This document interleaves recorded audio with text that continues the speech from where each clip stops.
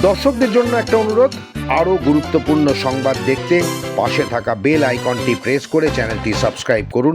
থাইল্যান্ডের পাটায়া শহরে যদি কেউ বেড়াতে গিয়ে থাকেন তাহলে এই ফ্লোটিং মার্কেটে যাননি এমন হয় না, কিন্তু সেই ফ্লোটিং মার্কেটে বাংলার মতনই অমলেট তৈরি হচ্ছে, তবে একটু আলাদা।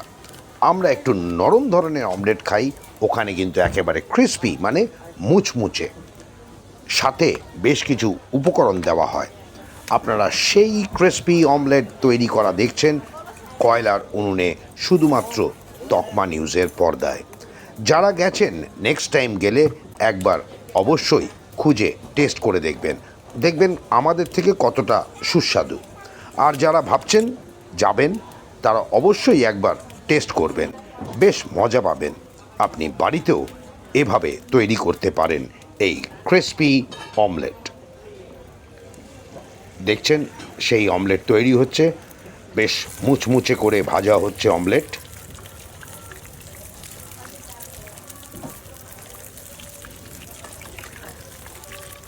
ভাজা চলছে, এইবারে ভাজা রেডি, এবার তোলা হবে সেই অমলেট, প্লেটে পরিবেশন করা হবে।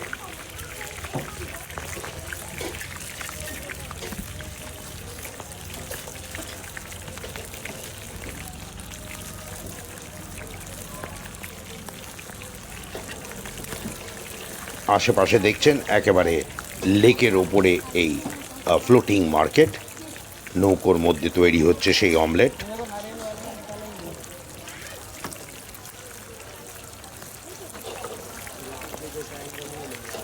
এই একেবারে প্রায় হয়ে এসছে, এবারেই প্লেটে তুলে পরিবেশন করা হবে।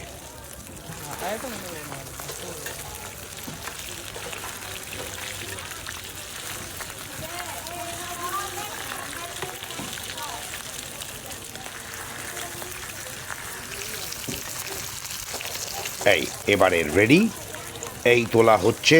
এবার দেখুন কিভাবে ছাকা তেলে ভাজা হলো সেই ক্রিস্পি অমলেট।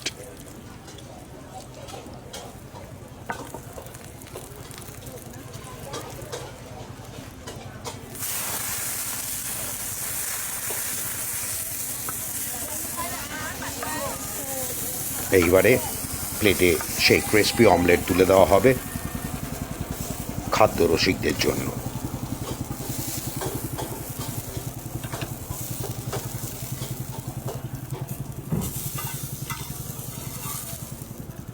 পরিবেশন কমপ্লিট।